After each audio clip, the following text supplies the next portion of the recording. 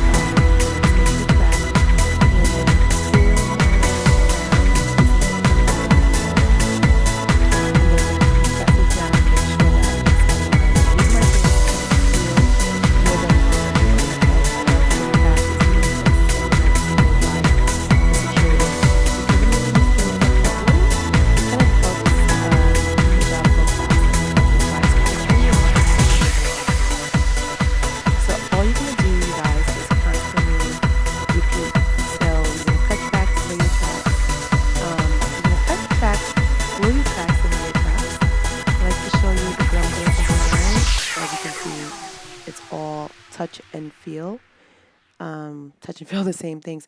It's pretty much just touching my way to the next track. And I use my arm as my table to kind of like lay the glue down, and then I blow dry it. And just so it gets tacky, the same way you would do with your lashes, I do the same thing with my tracks. So I lay the glue down, blow dry it a little bit so that it's tacky, and once it hits that this mesh cap, I will go ahead and, it will stick better. So since I have the mirror in front of me, I'm feeling and placing my tracks. It's a big puzzle, you guys. So all you have to do is kind of, feel your way around. And once you get to the front, you kind of know where to lay your tracks and you'll see how to place them.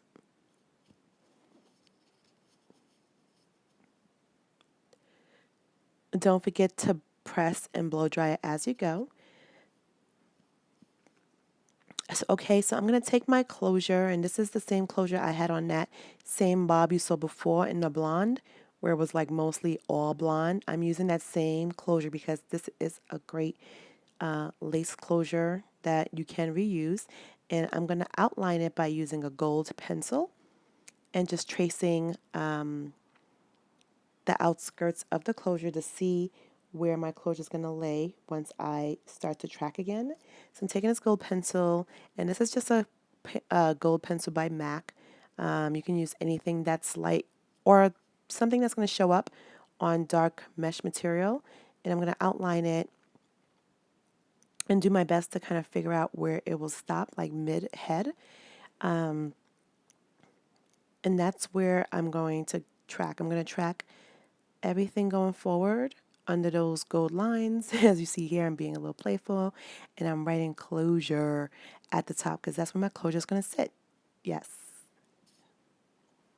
All right, so I'm up to my next bundle, and what I've done here was, because I want to kind of keep my blonde highlights going, I got another bundle, and all I did was bleach it.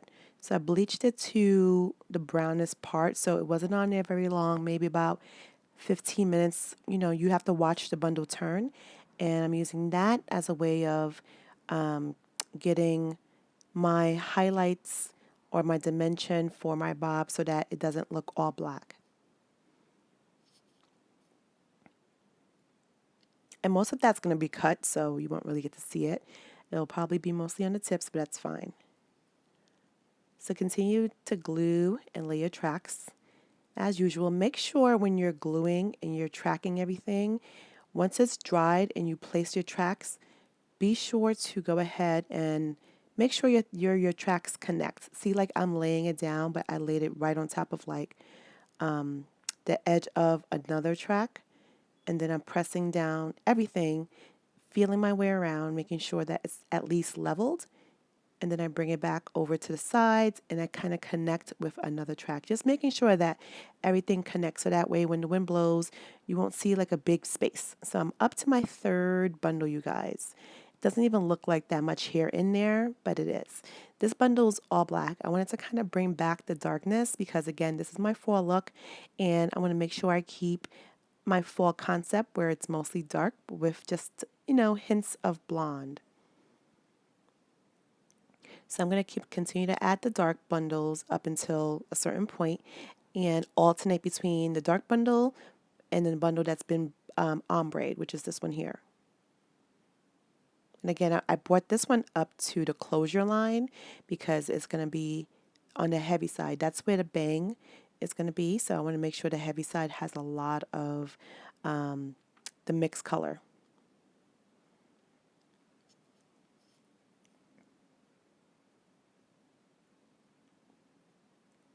So this bundle has like a little bit of light and lighter color into it. So what I'm doing is making sure that it's really, really, really playful, and I've added different versions of like this blonde look so that I can have like, a good dimension and a nice color splash. All right, so I'm going to take my closure and just resize, make sure it's going to sit where I want it to sit. See that blonde just kind of mixes and blends right into the other bundles.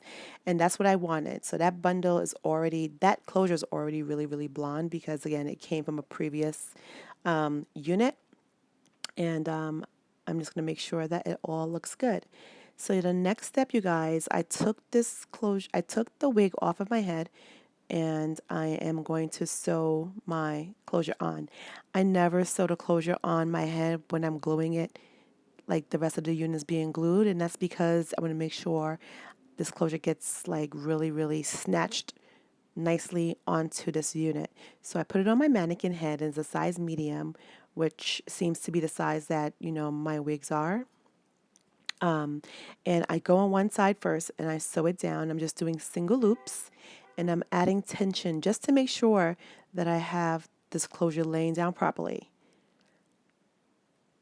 You want to make sure you're applying the closure as if you were doing like a client. So what I would do with a client normally is start on one side, sew it straight back and right before the turnaround, and then go to the other side, sew that down until the turnaround. So the turnaround would be where it turns to the back. So it's like side and then back.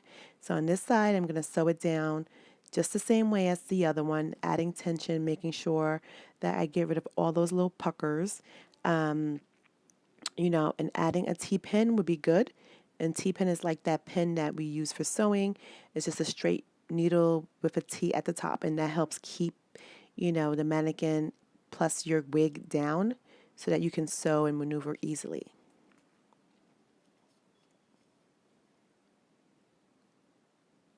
So I'm at the back area and I'm just sewing it down because the other side has been sewn down. And all I'm doing is doing single loops very close. You don't have to be extremely neat, but you want to make sure you take your time and do your loops so that way it's kind of like mended down. You don't want it to be able to move. And that's what it is. You see? All right, cool. So you see that the lace is kind of like hanging out. I like to keep that because I reuse my closures, and you can do the same thing, or it's optional. You can cut it off. But what I'm going to end up doing is just sewing the hair onto that closure. All right, you guys, so I went ahead and I sewed the last track onto my closure. Even though I have some space remaining, I sewed that on here first, and then I'm going to go back and get the piece underneath it, as you can see. All right, you guys, so the closure, everything has been installed. The colors are blended the way I want to, and all I did was like add different colors of light blondes to it, and it's mostly concentrated at the front. So when you cut it, you get to see that very heavy bang with the blonde area just like I envisioned it. And this is my fall look, and I hope that you guys enjoyed it. I couldn't get rid of the blonde all the way, so I kind of kept it at the top. But this is it. and I hope you enjoyed this video. Stay tuned to my full video on cutting.